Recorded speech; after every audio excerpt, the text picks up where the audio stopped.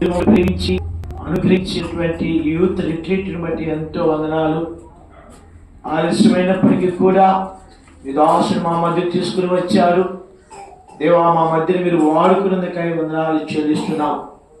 దానియేలు గ్రంథము 1వ అధ్యాయము 5 వచనాలు. దేవా, ఆ నెబుకద్నెజరు యొక్క సన్నిధిలో నిలబడడానికి 4 రకాలైనటువంటి ఆధిక్యత కలిగిన వారిని నిలబెట్టమన్నప్పుడు, దేవా, నపుంసకుల అధిపతిని పిలిచి నా ముందు నిలబడాలంటే 4 ఆధిక్యతలు ఉండాలి అని మీరు అతను చెప్పాడు.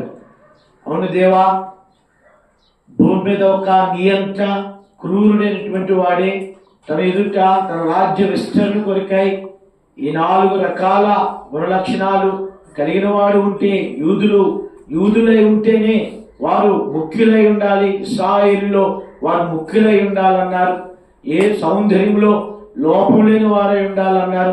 సకల విద్యా జ్ఞానం తెలిసిన వారై ఉండాలి, తత్వజ్ఞానం తెలిసిన వారై ఉండాలి. అలాంటి వారిని వారి కల్దీల భాష నేర్పించమని చెప్పాడు. దేవా, ఇది ఆత్మీయంగా మేము అన్వయించుకుంటే మీరు రాజులకు రాజులు తండ్రి, ప్రభులకు ప్రభువు. దేవా, మీరు దేవా పరమందును ఇహమందును మీరు రాజు తండ్రి. అలాంటి గొప్ప రాజు కడుపున పుట్టాలి దేవా. అయితే మేము పుట్టడానికి అర్హులము కాము. అయితే మీ కుమారుడు యేసుక్రీస్తు ప్రభువారి ద్వారా మేము మమ్ములను మీ కుమారులుగా కుమార్తెలుగా స్వీకరించడానికి దేవా, ఆ యొక్క మీ ప్రియమైన కుమారుడు యేసుక్రీస్తు ప్రభువారిని దేవా 30 వెండి నాణాలకు బానిసగా అమ్మబడ్డానికి మీరు ఇష్టపడ్డావు దేవా. సిలువ వేయబడ్డానికి ఇష్టపడ్డావు దేవా. ఆ యొక్క నిందించబడ్డానికి ఇష్టపడి మా నిమిత్తమై మీ కుమారుని సిలువలో వదిలిపెట్టావు. ఎంత ప్రేమ, ఎంత త్యాగము, ఎంత జాలి దేవా.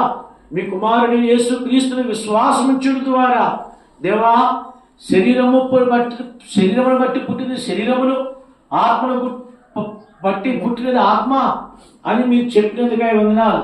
శరీర సంబంధముగా మా తల్లి గర్భంలో జన్మించిన మేము దేవా, యోహాను సువార్త 1వ అధ్యాయము 12, 13, 14 వచనాలు చూస్తే ఆ పిల్లలు రక్తం వల్లనే శరీరేచ్ఛవని మనుష్యేచ్ఛవని పుట్టిన వారు కాదు, కానీ వారు దేవుని వల్ల పుట్టినవారు.